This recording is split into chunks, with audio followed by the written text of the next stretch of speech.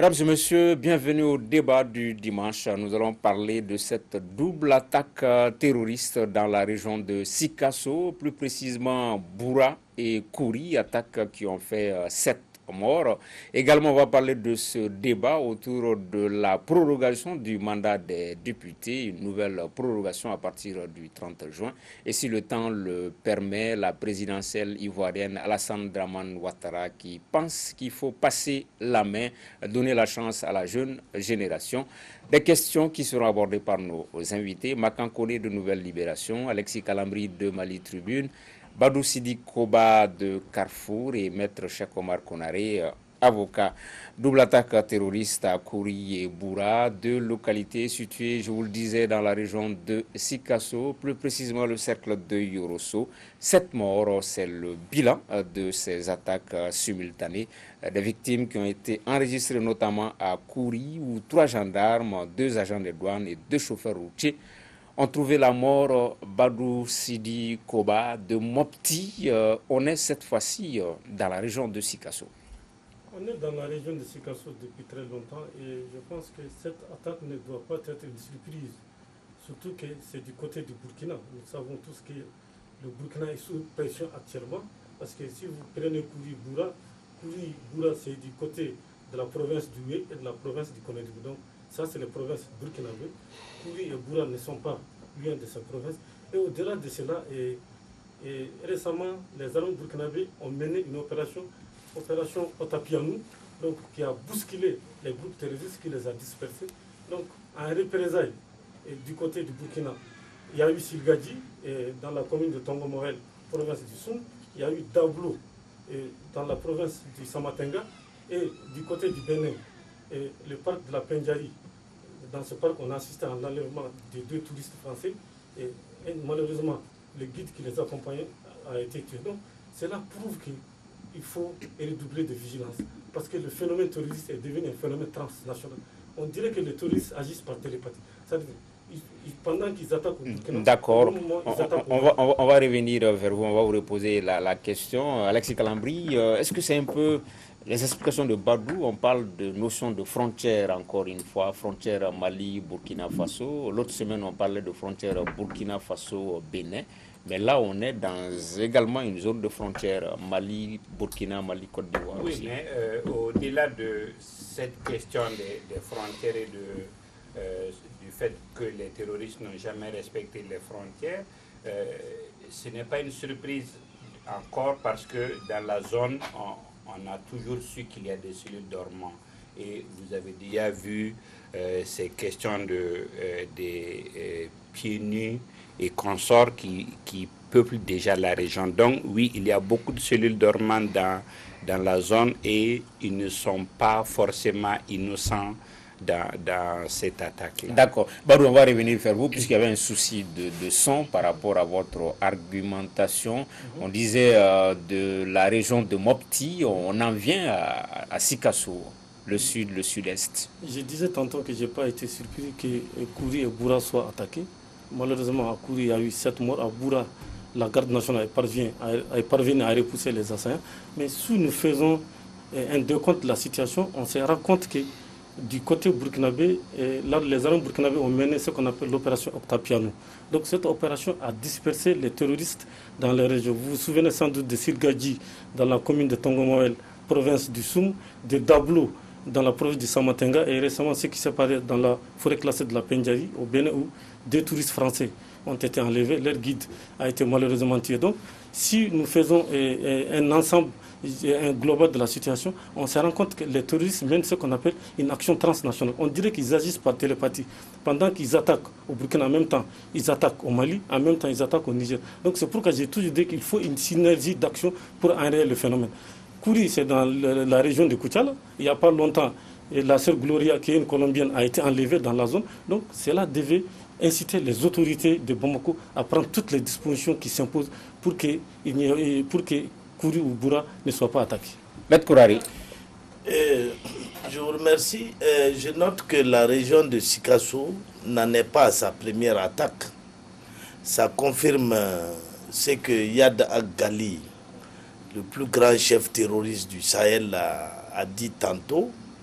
il veut instaurer un État islamique ou ce qu'il considère comme un État islamique sur tout le territoire du Mali.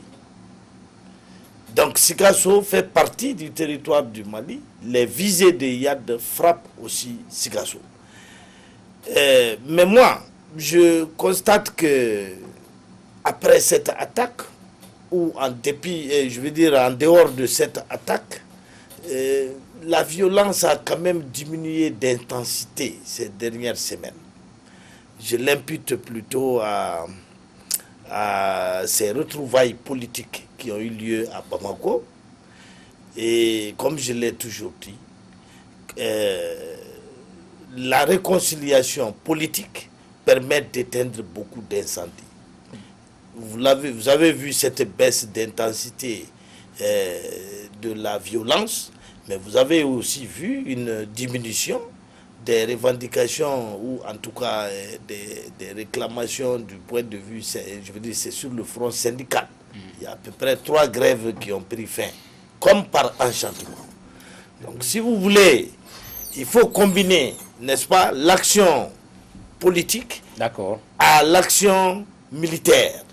La seule chose que je déplore, c'est que sur le plan militaire, il n'y a pas, certaines initiatives sont plutôt malheureuses. D'accord, on va revenir vers vous. Ok, d'accord. Oui, Alexis, le temps de réagir ensuite. Voilà, juste pour dire qu'au moins sur le plan sécuritaire, ce n'est pas lié, parce que son analyse laisserait à croire qu'il y a des connexions entre les politiques et les terroristes. Ce n'est pas le cas.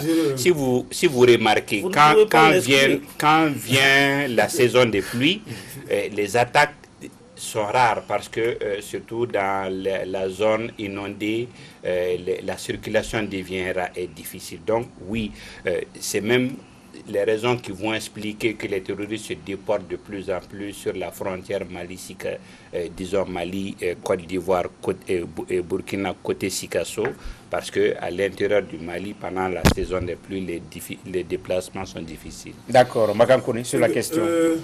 Rapidement, pour réagir aussi à ce que Maître Konaré vient de dire par rapport à l'accalmie sur le front sécuritaire. Moi, je ne crois pas trop. Peut-être que c'est les attaques terroristes et tout.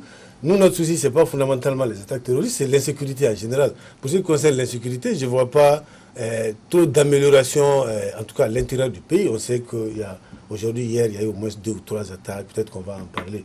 Maintenant, pour revenir à la question concernant l'attaque de Boura et tout, moi, ce que j'ai retenu, c'est l'auteur présumé de cette attaque.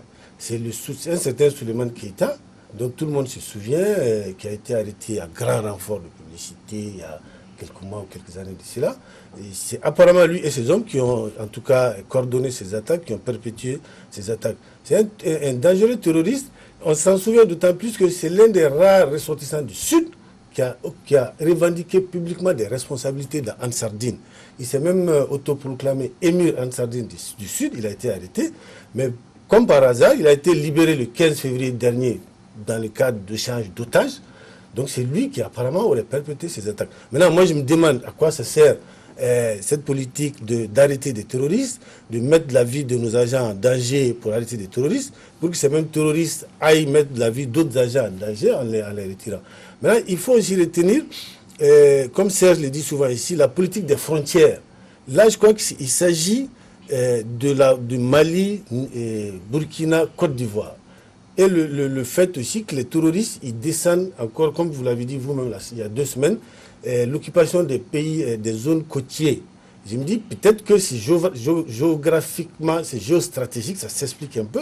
Ils ont été assez harcelés dans le désert, qui est un espace dans lequel ils peuvent se mouvoir difficilement, sinon il faut qu'ils soient obligés d'aller vers les collines. Donc ils descendent maintenant vers les côtes.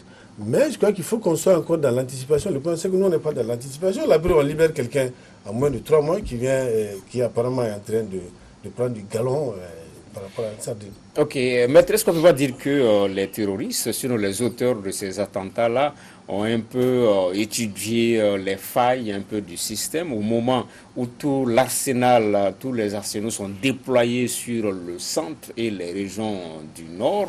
on vient attaquer facilement dans des localités comme Kouri, Boura, et on sort tranquillement sans qu'on ne puisse avoir à les neutraliser. Est-ce qu'il n'y a pas une faille à ce niveau-là? Toutes les énergies sont focalisées sur la région de Mopti, les régions du nord, et au même moment, au niveau du sud, on se découvre forcément. Il y a une politique d'extension continue du terrorisme. Cette politique d'extension continue du terrorisme est favorisée par l'inertie des forces internationales. À cause de ces forces-là, on nous impose un accord de paix qui est une passoire, n'est-ce pas, pour la violence. Ensuite, on nous empêche d'acquérir certains armements qui auraient été nécessaires dans le contexte d'insécurité où nous sommes. Et enfin, rien n'est fait pour que nous puissions être aidés du point de vue financier, du point de vue matériel, du point de vue même diplomatique, pour que nous puissions vaincre le terrorisme. Au contraire, celui-ci s'exporte. Hein? Et je crois comprendre que ce n'est pas des erreurs, c'est plutôt une véritable politique internationale qui participe d'un complot contre le Sahel. Maintenant, je termine en disant ceci, et là vous m'aviez interrompu, n'est-ce pas? Bon. Moi, oui, bien sûr, vous m'avez interrompu quand j'avais voulu dire que l'armée malienne ne devrait pas perdre son temps vraiment dans des stratégies d'alliance là, telles que celle du G5. Fonder des espoirs sur le G5, c'est vraiment courir derrière des mirages. Regardez, depuis tout le temps que le G5 a existé, savez-vous son bilan? Il a arrêté un motocycliste et un passant. Et aujourd'hui, le G5 a fui le centre et veut coûte que coûte s'installer à Badalabou, où des écoles ont fermé. Parce que c'est le G5 qui est en train d'importer maintenant l'insécurité jusqu'à Badalabou. Comment les autorités peuvent-elles permettre cela? Exactement, justement. Oui, non, il faut qu'on soit réaliste et qu'on voit certaines réalités pour faire avec et comprendre qu'il faut une synergie dans cette lutte-là. Premièrement, de façon générale, internationale, il est interdit aux banques de financer l'achat d'armement. Deuxièmement, la spécificité d'un contrat d'armement, c'est que vous n'êtes livré que quand vous finissez de payer. C'est-à-dire, si vous voulez payer une moto, vous pouvez payer 10% et fixer un échéancier. Mais quand c'est le cas des armements, vous serez livré quand vous aurez fini de payer les 100%. Donc, et en plus, au niveau de la CEDEAO, quels que soient nos pays, on a besoin d'un accord de l'ensemble. Ça, c'est une convention que nous avons signée pour s'armer. Donc, malgré tout, il y a des difficultés qui sont administratives, financières et tout le reste pour acquérir des armements. Donc, à la limite, si le Mali se focalise sur un aspect, disons, la Mauritanie, le Tchad ça fait une synergie et c'est là où on saluait le G5 Sahel.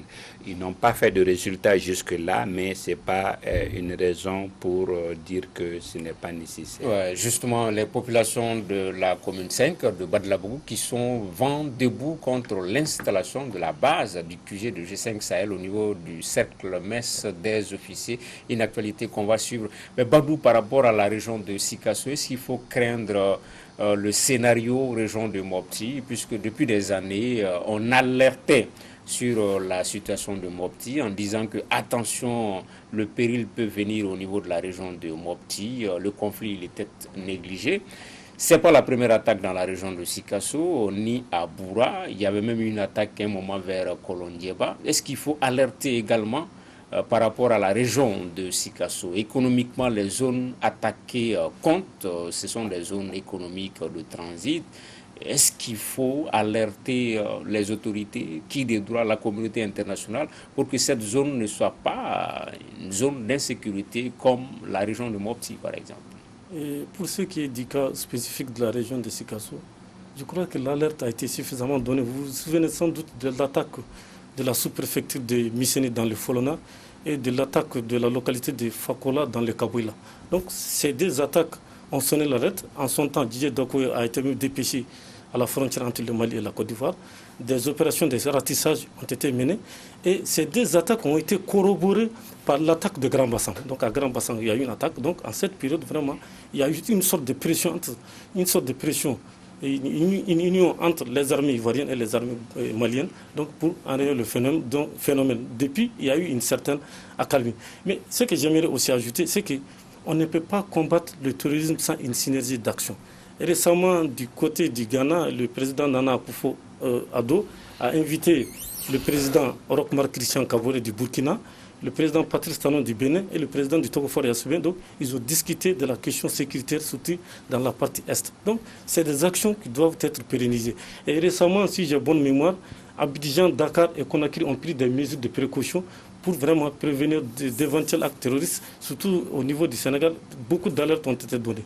Oui, Makan, est-ce qu'il faut alerter sur ces attaques qui deviennent récurrentes dans la région de Sikasso? Absolument, il faut tellement alerter qu'il faut réagir.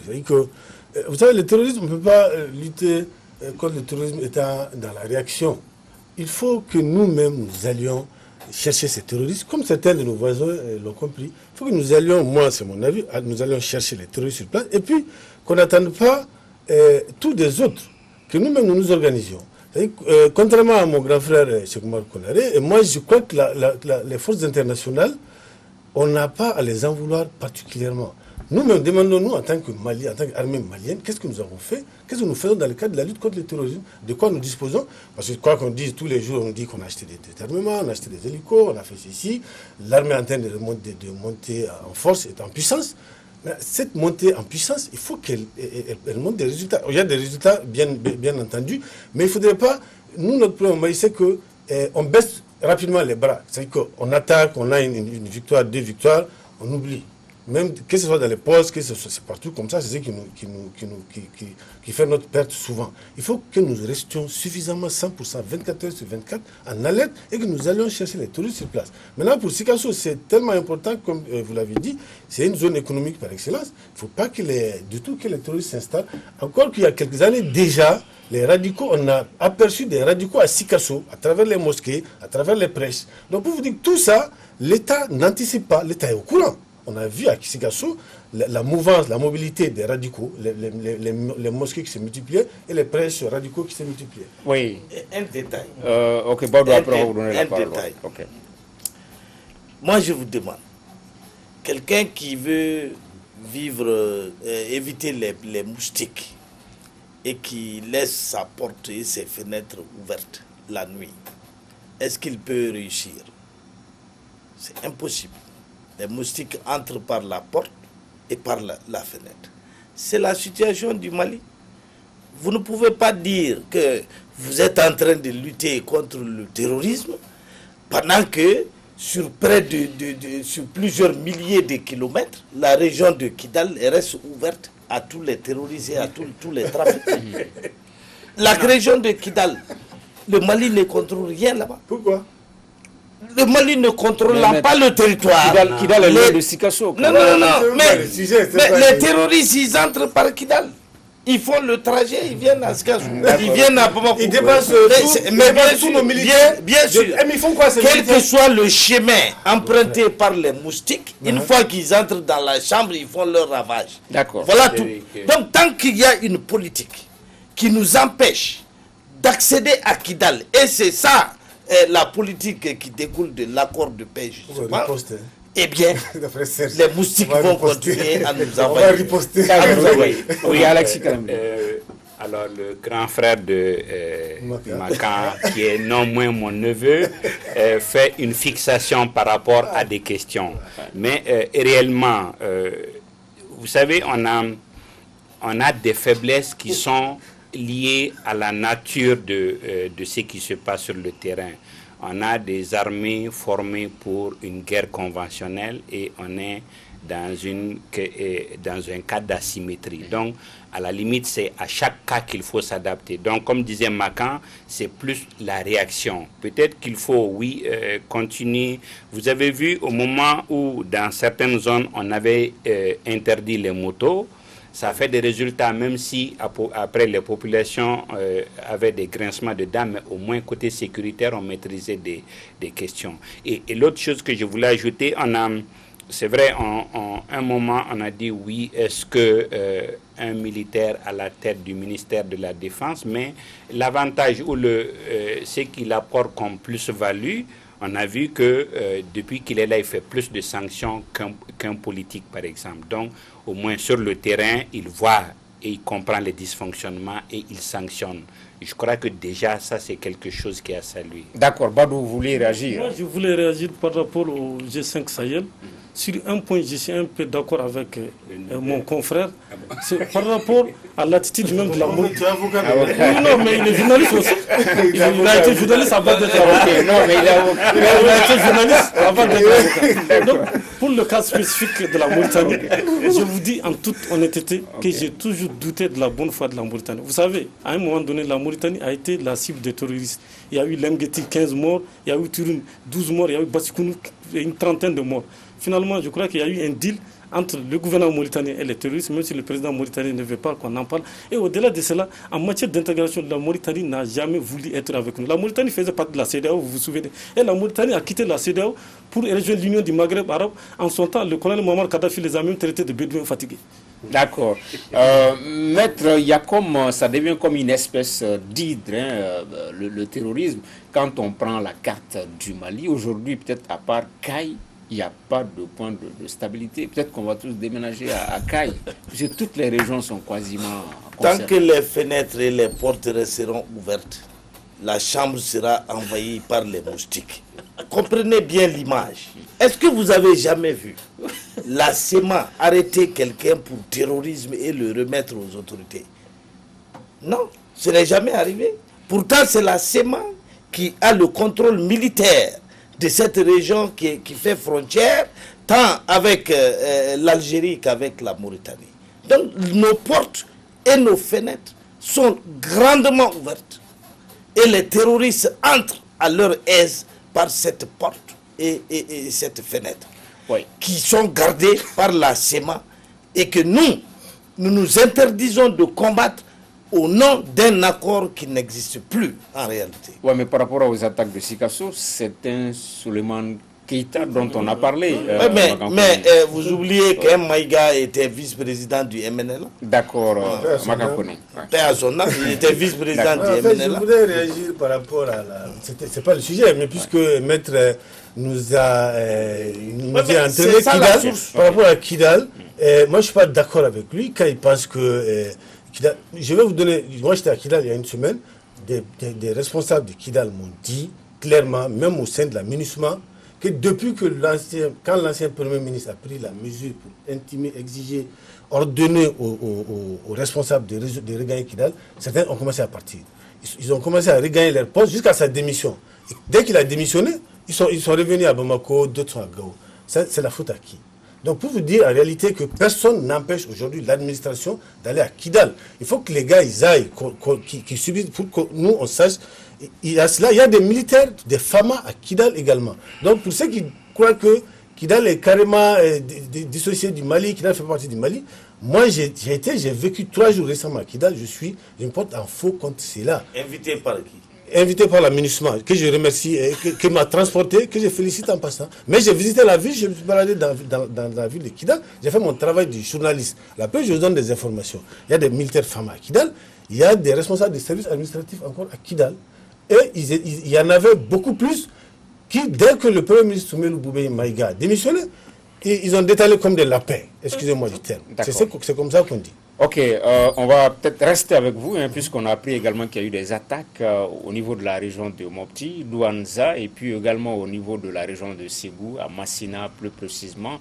On est dans cette espèce de, on parlait d'hydre, hein, de Sikasso, Ségou, Mopti, ça veut dire qu'il y a encore du pain sur la planche pour qu'on puisse venir à bout de tout ça. Absolument. Et puis ce qui s'est passé à Douanza aujourd'hui, c'est tellement important qu'il faut le souligner. C'est la toute première fois qu'il y a eu ce genre d'attaque à Douanza. C'est-à-dire hier et aujourd'hui, apparemment des hommes armés habillés en donzo ont attaqué des bergers, enlevé les troupeaux, égorgé certains et tout. Maintenant, donc ce matin, ces bergers sont dirigés vers la foire hebdomadaire de Douanza. Donc les habitants de Douanza, c'était vraiment la débandade totale, les gens ont fui, ils n'ont pas pu tenir de marché aujourd'hui à Douanza. Donc que ce soit Douanza, que ce soit les villages environnants, ils n'ont pas travaillé aujourd'hui. Or la foire, c'est presque une institution dans ces villages. Donc eux, les Peuls aussi, disent qu'il n'y aura aucune activité en Douanza tant qu'ils n'ont pas récupéré leurs bergers. Malheureusement, c'est que plus tard, c'est en début d'après-midi que l'armée est venue. Donc comme j'ai dit, Douanza, d'habitude, c'était juste des enlèvements, des petits braquages. Mais pour la première fois, il y a cet affrontement d'Ozo, entre guillemets, et Peuls. D'accord. Alexis Calambri, peut-être ça nous amène à parler de cet avant-projet dont on a parlé lors du dernier Conseil des ministres, un cadre politique proposé par le ministère des Affaires étrangères pour régler la question, les conflits au niveau de la région de Mopti. C'est vrai que ce n'est pas la mission de bons offices au temps du Premier ministre Maïga, mais c'est une autre trouvaille pour trouver des solutions à ces problèmes-là. À ce niveau, je pense que c'est au moins la meilleure approche, en ce sens que il faut parvenir à déconnecter les communautés de ces questions, parce que à la limite, vous avez des communautés qui s'affrontent. Comme on le dit, on a souvent remarqué à partir de Bamako, certains cadres politiques qui en font des fonds de commerce, mais à la base, personne n'est capable de vous dire voici ce qui nous oppose. Ils nous ont attaqués, on a réagi, mais concrètement, vous n'entendrez personne dire voici la question qui nous oppose réellement. Donc, vous avez un conflit sans raison et sans base. Donc, il n'y a que des cadres de ce genre, franchement, pour au moins parvenir à déconnecter à serrer le problème et finalement à pouvoir adresser de la meilleure façon. Qu'est-ce qui fait que ça coince au niveau de la région de Mopti, Maître Konaré? Il y a eu tellement de médiations, tellement d'approches, tellement de rencontres, mais on est toujours là à faire le décompte macabre, à constater par exemple des violences comme celle d'hier et d'aujourd'hui. Pourquoi ça coince? Quel est le problème? Le problème est simple, c'est que, comme vous l'avez dit au début, et je l'ai toujours dit aussi, l'insécurité au centre est entretenue pour nous faire oublier le Nord.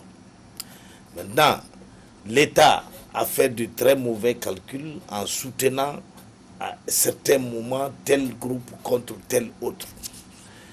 Et aujourd'hui, au moment où l'État a le plus grand besoin que tout le monde dépose les armes, l'État n'a plus la force, semble-t-il, donc de désarmer les combattants, lesquels sont devenus des opérateurs économiques de la guerre. Aujourd'hui, pratiquement le Mali ne peut plus compter sur le bétail du centre. Il est en train d'être exporté après que le meurtre des bergers. Et ce bétail est en train d'être exporté dans les pays voisins, en Côte d'Ivoire, au Burkina et ailleurs. Aujourd'hui, le centre se dirige vers la famine parce que ça fait près de 2 ou 3 ans qu'on n'y cultive pas. Donc il est bon que ce cadre-là fonctionne bien parce que ça permet de donner une certaine normalité à l'action du gouvernement. Parce que jusqu'à présent, toutes ces questions-là sont traitées de manière compartimentée par les départements ministériels. C'est que le ministre de la Défense décide, vous allez trouver que celui des Affaires étrangères n'était pas au courant. C'est que l'administration territoriale décide, vous trouverez que la sécurité n'est pas au courant. Donc, il est bon de créer un cadre entre les différents ministres pour dégager une stratégie à appliquer sur le terrain. Mais encore une fois, je répète qu'il faut absolument que l'armée récupère le centre. C'est une nécessité vitale. Parce qu'après le centre, comme vous l'avez vu, ce sera Sikasso puis Bamako. Et dans, oui, bien sûr. Et dans ce cas, restera qu'à déménager à Taï, la première région. Nous restons toujours au Mali avec cette question. Va-t-on vers une nouvelle prorogation du mandat des députés à partir du 30 juin 2019? En tout cas, l'ADP Maliba, un des partis politiques, dit niet et est même prêt à aller vers une motion, une résolution pour s'opposer à cette nouvelle prorogation. Badou Sidi Koba, quel peut être le cas de figure, la configuration à laquelle il faudrait s'attendre désormais? Moi, je pense que cette information ne relève pas du téléphone arabe. C'est réellement une information parce que déjà, on a prolongé le mandat des députés de 6 mois. Ça doit prendre fin au mois de juin. Donc, impérativement, il faut qu'on prolonge encore ce mandat. Parce que lorsqu'on prolongeait le mandat au mois de décembre, on avait dit qu'il fallait faire en sorte que les réformes institutionnelles et autres là, puissent être menées à bon port. Donc, or, les élections législatives en font partie. Donc, maintenant encore, on parle de reporter. Maintenant, ça dépendra du bon vouloir quand même de la Cour constitutionnelle. Mais de mon point de vue, si ce report est nécessaire dans la mesure où il faut que les élections législatives, les élections régionales et le référendum puissent faire chemin ensemble. Mais est-ce qu'il ne faudrait pas faire face à l'essentiel, Alexis Calambri? On a parlé de sécurité, d'insécurité, région de Mopti, région de Sikasso. Est-ce que tout cela, on n'est pas en train d'aller de report en report à cause justement du contexte d'insécurité dans le pays? Oui, mais l'insécurité conditionne, disons, détermine tout aujourd'hui. Les mêmes raisons qui ont fait qu'on a reporté demeurent toujours. Et effectivement, tant qu'on n'a pas la paix, tant qu'on n'a pas la prééminence sur tout le territoire, on ne peut pas faire d'élections séquencées. Donc, il faut vraiment que des questions de base soient réglées pour qu'on puisse aller aux élections. Mais oui, pour revenir à votre question, on n'a pas le choix, il nous faut procéder de cette façon. Oui, Makakone. Moi, je ne suis pas un juriste, hein, je ne connais pas s'il y a une base légale sur laquelle on peut prolonger, mais je crois que on peut pas, je peux me tromper, mais je crois qu'on ne peut pas aller au-delà de cette prolongation. C'est ce que j'ai entendu. Si c'est vrai, c'est que c'est compliqué, on est face à un véritable blocage. Parce que là, on est à un peu plus d'un mois. Qu'est-ce qui va se passer? Est-ce qu'on aurait une constituante comme on en parle souvent ici? Est-ce qu'on pourrait aller... En tout cas, aujourd'hui, on ne peut pas organiser d'élections législatives avant le 30 juin, c'est très clair. Ce qu'il y a, c'est que, encore une fois, c'est notre manque d'anticipation. Je crois qu'on a juste prolongé le mandat des députés en janvier, et puis on a vaqué à autre chose. C'est-à-dire qu'on est allé dans des querelles politiques, et puis on a oublié que dans 6 mois, on devait organiser des élections. On a vu ici des élections, la présidentielle organisée en moins de temps que ça, et puis dans des conditions plus difficiles que cela. Encore que les législatives, ce n'est pas comme la présidentielle, on peut l'organiser dans des localités sans l'organiser dans certaines localités, contrairement à l'élection présidentielle, si je ne me trompe pas. Donc aujourd'hui, on va être face à un véritable blocage, parce que les députés, certaines formations politiques sont contre la prolongation, d'autres sont pour une prolongation. Mais en tout cas, il faut que l'État... Et puis il faut que le gouvernement, l'État communique autour de ça. Aujourd'hui, il faut que le gouvernement nous dise il n'y aura pas d'élection législative. Qu'est-ce qui va se passer? Voilà ce qui va se passer, voilà ce qui va se passer. C'est ce qui va faire qu'on va sortir des rumeurs et de tout ça. Maître Konari. La question recouvre 2 volets. Un volet juridique et un volet politique. Du point de vue juridique, qu'est-ce qui est susceptible d'advenir? Qu'est-ce qu'il est susceptible d'advenir après l'expiration de la durée de la première prorogation du mandat des députés? Moi, je vois 3 hypothèses possibles. La première, ça c'est la prorogation à travers une nouvelle loi organique votée par les mêmes députés pour proroger leur propre mandat. La Constitution fait obligation à ce que toute loi organique soit déférée à la Cour constitutionnelle pour qu'elle en examine la constitutionnalité. Donc, les députés vont voter une loi qui sera soumise à la Cour constitutionnelle qui va apprécier si oui ou non cette loi est conforme à la Constitution. La deuxième hypothèse consiste à ce que le gouvernement légifère par ordonnance. Pas le genre d'ordonnance qui se prend suivant une habilitation parlementaire donnée au gouvernement, non. Mais il s'agit pour le gouvernement d'ignorer, n'est-ce pas, l'Assemblée nationale et de prendre lui-même des décisions qui valent loi. Et ça, le gouvernement peut le faire pour une durée indéterminée. Cela n'est pas inscrit dans la Constitution, mais cela fait partie des principes non écrits constitutionnels, des principes constitutionnels non écrits. La troisième hypothèse, et c'est la dernière, consiste à ce que le président de la République constate l'état exceptionnel où le pays se trouve, le risque d'interruption absolue du fonctionnement des pouvoirs publics, que le président de la République, en conséquence de tout cela, recourt à l'article 50 de la Constitution, n'est-ce pas, pour exercer les pouvoirs exceptionnels que la Constitution lui reconnaît, afin de prendre toute mesure, quelle qu'elle soit, pouvant nous sortir de cette situation. D'accord, Alexis Kalfa. Oui, et je n'ai pas abordé le volet politique. Oui, ok. Oui, ce qui va se passer, c'est que oui, apparemment, ce qui est adopté, apparemment, c'est ce qu'il a dit en première position. C'est-à-dire, la Cour constitutionnelle, je crois, a été consultée pour voir avec les députés comment faire qu'on puisse proroger. Donc je pense que ce sera annoncé certainement dans les... Ça ne va pas empêcher les protestations, les contestations. D'accord. Ça va s'amoindrir en ce sens que peut-être à ce jour, en dehors, au moins au niveau de l'hémicycle, en dehors de ADP Maliba lors de son congrès hier, on n'a pas trop entendu... au niveau de l'hémicycle. Parce qu'en fait, ce qui se passe, c'est que les gens pensent qu'aujourd'hui, l'Assemblée nationale ne reflète pas les forces politiques en présence. Exactement. Oui, ça se justifie. Il y a une élection présidentielle en 2018 et puis la configuration politique n'est pas reflétée aujourd'hui. Bien sûr. Non, c'est partagé, mais oui, on est obligé de faire avec les moyens du bord, je pense. Et puis j'ai cité le cas de la COFA parce que la COFA a quand même un ministre dans le gouvernement qui n'est pas très favorable à tout ce qui va se passer en termes de progression. D'accord, Maître Konaré, le volet politique. Donc, du point de vue politique, okay, il est possible de mettre fin à toutes ces récriminations-là en anticipant le débat national. Un débat national où tout le monde va participer et où les uns et les autres vont décider vraiment de la marche future du pays.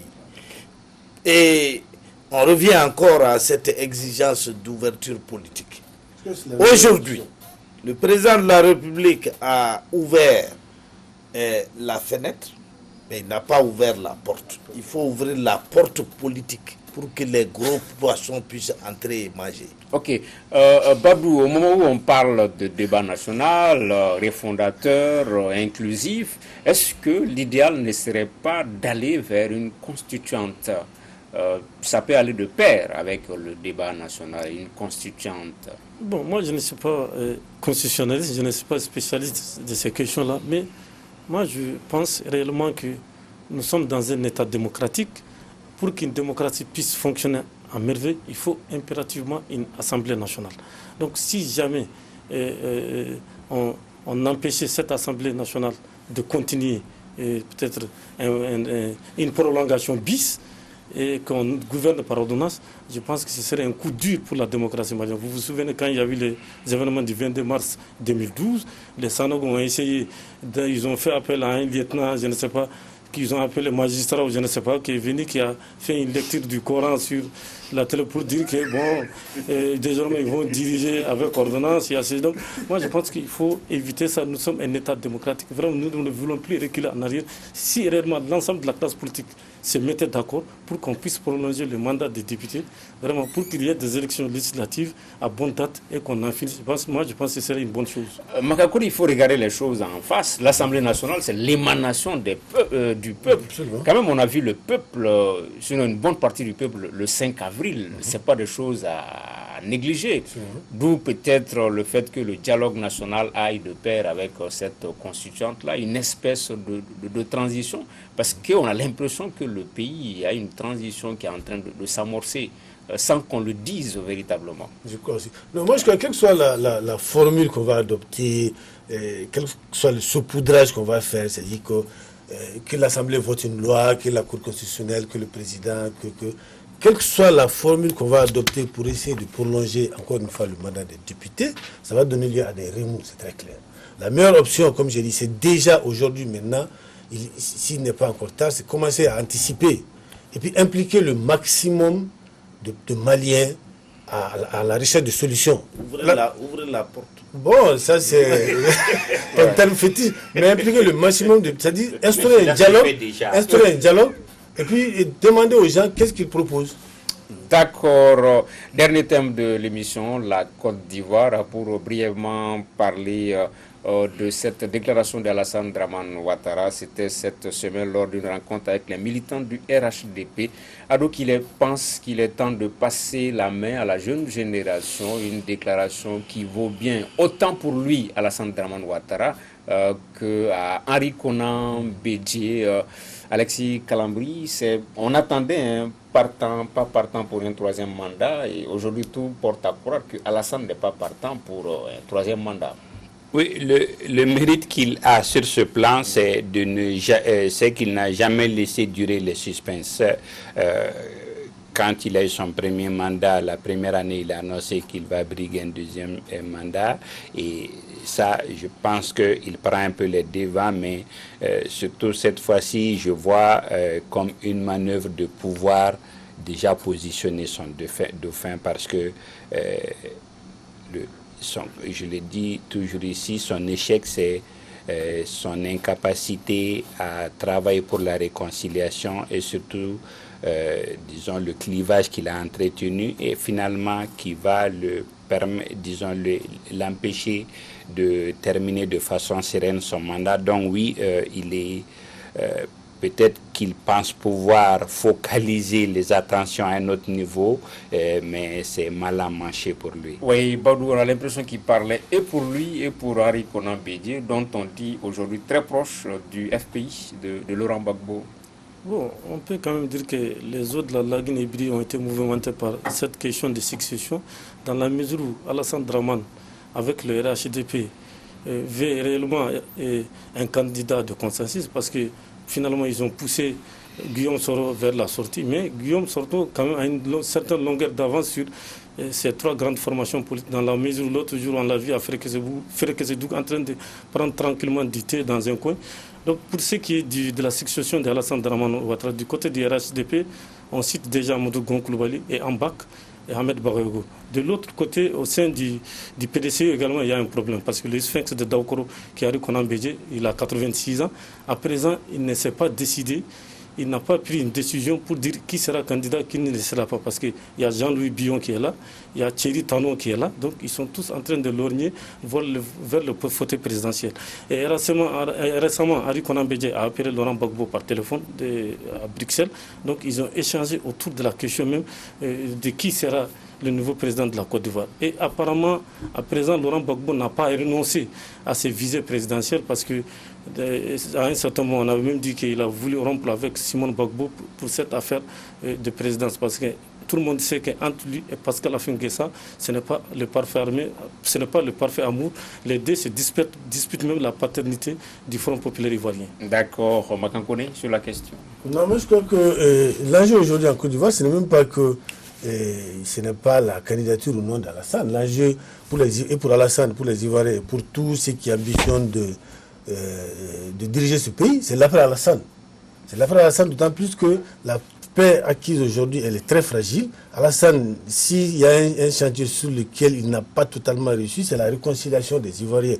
Donc il n'est pas à exclure que si jamais il passe la main d'une certaine façon, que les vieux démons se réveillent et qu'on ait une nouvelle crise en Côte d'Ivoire. Donc l'enjeu, c'est l'après Alassane et la stabilité qui doit continuer. Oui, Maître Konaré.